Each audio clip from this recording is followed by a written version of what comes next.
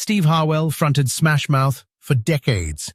His voice became the sound of an era, and then he was gone. Angus Cloud made Fezco feel real in a way that transcended the script. A short career that left a lasting mark. Richard Lewis spent 40 years turning anxiety into art. Comedians still cite him. He died in February 2024. Lisa Marie Presley lived her entire life inside a myth. She kept trying to write herself out of it on her own terms. Sinead O'Connor refused every comfortable lane they tried to put her in. She was right about more than people admitted at the time. David Crosby.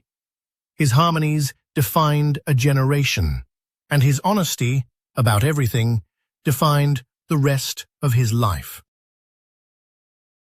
Anne Heche had a career that the industry spent years trying to diminish. History is reassessing. Ray Stevenson brought weight and dignity to every role. He passed in 2023, and the tributes were immediate and genuine. Olivia Newton-John is one of those artists whose cultural footprint grew larger after she left. Sandy never left. Toby Keith sold out arenas for 30 years. He was polarizing, he was enormous, and he knew exactly who he was. There is a moment, and you know the one, where Samuel L. Jackson appears on screen, opens his mouth, and the entire room shifts. Not because of what he's about to say, because of the certainty that whatever comes next will be worth listening to. That certainty is not an accident. It has been built across more than 5 decades of work, refusal, reinvention, and an almost aggressive commitment to being exactly who he is. And right now, in the mid-2020s, that presence is not dimming. It is, if anything, more concentrated. Consider what it means that Samuel L. Jackson is the highest-grossing actor in Hollywood history. Not the most awarded, not the most critically decorated, the highest-grossing. The box office number attached to his name, well over $30 billion globally, is a statistic that rewrites what we think we know about stardom. It tells us that audiences do not merely like Samuel L. Jackson. They show up for him, repeatedly, across genres, across decades, across franchise reboots and mid-budget thrillers and animated voice work and superhero universe cameos.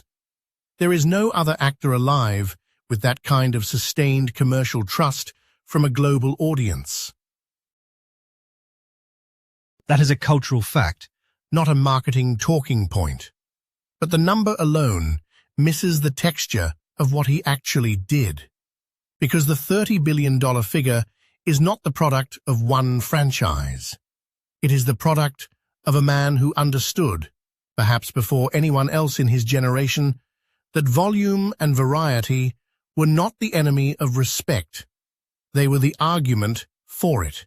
He came up hard, not in the cinematic sense of hardship as backstory, but in the specific, unglamorous way of someone who spent most of his 20s and early 30s doing the work while the industry looked elsewhere. Born in Washington, D.C. in 1948 and raised in Chattanooga, Tennessee, Jackson grew up in the American South during the Civil Rights era, a formative context that shaped his understanding of power, performance, and who gets to be seen. He studied drama at Morehouse College in Atlanta, where he crossed paths with a young Martin Luther King Jr. during King's funeral in 1968. That was not a footnote in his life. That was an encounter with history at the exact moment the country was fracturing. He moved to New York. He did theater. He did small television parts. He struggled with addiction, cocaine and crack cocaine, in a period that nearly derailed everything. He has spoken about this publicly and plainly without romanticizing it. The addiction was real. The bottoming out was real. The recovery, supported by his wife LaTanya Richardson, was real and ongoing. What is remarkable is not that he survived it, but that he came out of it with a sharper instrument, a deeper register, a harder-earned presence. The work that followed recovery in the early 1990 seconds was where the industry started to catch up. Spike Lee cast him in Jungle Fever in 1991, and Jackson's performance as a crack addict was so viscerally convincing, drawn in some ways from lived knowledge, that it earned him the first ever Best Supporting Actor award at the Cannes Film Festival. This was not a slow build to recognition.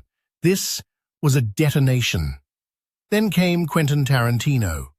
Pulp Fiction in 1994 is where the popular imagination tends to locate the birth of Samuel L. Jackson as a cultural icon.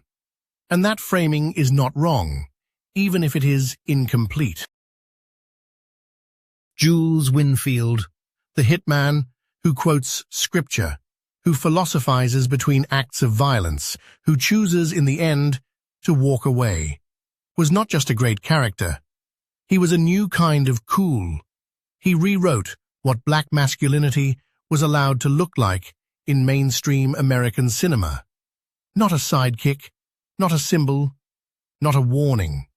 A fully realized human being with menace and wit and interiority, at the center of one of the decade's most celebrated films. Jackson was nominated for an Academy Award for that role. He did not win. The conversation around that outcome has never entirely gone away. The Academy's relationship with black excellence was, in 1995, what it had always been: complicated, insufficient, and frequently wrong. Jackson did not become smaller in response. He became more prolific. What followed was one of the more extraordinary sustained runs in modern Hollywood. A Time to Kill, Jackie Brown, the Star Wars prequels, where he played Mace Windu with a purple lightsaber he personally negotiated for. Unbreakable, Shaft, Coach Carter, Django Unchained, The Hateful Eight, Glass. The list extends in every direction, across every genre, with a consistency of commitment that is genuinely unusual. There are actors who pick carefully and make fewer films. Jackson does not operate on scarcity. He operates on abundance, and the abundance is the point. Nick Fury is perhaps the most structurally significant role of his later career, not because of any single scene, but because of what it represents architecturally. Jackson became the connective tissue of the Marvel Cinematic Universe, appearing across more than 10 films spanning 15 years, the figure whose presence in a post-credits scene could send audiences into genuine excitement. In an era of franchise filmmaking, he was the franchise's spine. The fact that he was playing a black character who commanded every room he entered, who answered to no one, who made the decisions that shaped the universe, that was not incidental. That was a choice, and it mattered to a generation of viewers who were watching very carefully. The language has followed him. English, motherfucker, do you speak it? Has long since escaped the film. It lives in memes, in parody, in everyday speech, in the cultural shorthand of a generation. Jackson's particular brand of profanity as eloquence, the idea that intensity and precision and vulgarity can coexist, became a template that writers and directors and comedians have been borrowing from ever since. You can trace a direct line from Jules Winnfield's vocabulary to the way antagonists are written in prestige television today. But perhaps what defines Jackson at this stage, now in his mid-70s, still working at a rate that would exhaust actors half his age, is what he represents to the industry's calculus around age, race, and relevance. Hollywood has a well-documented habit of sidelining black actors after a certain point. Jackson refuses that script. He is a producer. He is a voice. He is an executive presence. He played Nick Fury in Secret Invasion, a Disney Plus series that was controversial with audiences, but that confirmed his willingness to take his character into genuinely dark territory. He is not coasting on iconhood. He is contesting it, complicating it, continuing to earn it. His public persona has always been remarkably coherent. The baseball caps and the golf obsession, and the direct, unfiltered way he speaks in interviews. These are not managed PR constructs, or if they are managed so well they have become indistinguishable from authenticity. He says what he thinks about the film industry. He says what he thinks about American politics. He does not soften his positions for comfort. In an era where celebrity caution is the default, that directness is itself a kind of performance and a kind of integrity. There is also the matter of the American Film Institute, the honorary degree from his alma mater, the SAG Lifetime Achievement Award, and the ongoing public conversation about whether his Oscar record, nominated once, never won, represents one of the more glaring omissions in Academy history. That conversation is more active now than it was 10 years ago. Whether an honorary Oscar eventually comes is almost beside the point. The record of the work is already the verdict. What Samuel L. Jackson built is not a career in the conventional sense of the word.